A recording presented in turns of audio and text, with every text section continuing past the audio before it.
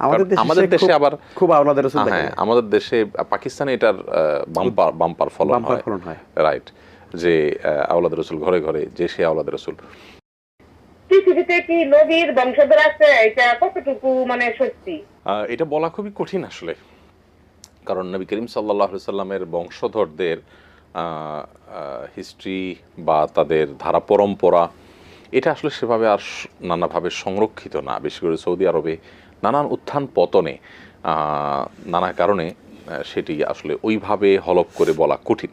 তবে অনেকেই নিজেদেরকে নবী করিম সাল্লাল্লাহু আলাইহি সাল্লামের বংশধর, বিশেষ করে ফাতিমা রাদিয়াল্লাহু তাআলা আনহার, আলী রাদিয়াল্লাহু তাআলা আনহুর বংশধর হিসাবে দাবি করেন, এবং যারা দাবি করেন তাদের অনেকের দাবির সপক্ষে প্রুফ আছে। সেই জায়গা থেকে সেগুলোকে আমরা একেবারে উড়িয়েও দিতে পারি না। বিষয়টা এরকম যে যদি আমাদের কাছে কোনো প্রুফড কিছু থাকে যেটা আমরা বিশ্বাস করব, এবং সেই জায়গা থেকে নবী সাল্লাল্লাহু আলাইহি ওয়াসাল্লাম বংশধর আছে আমরা বলতে পারি।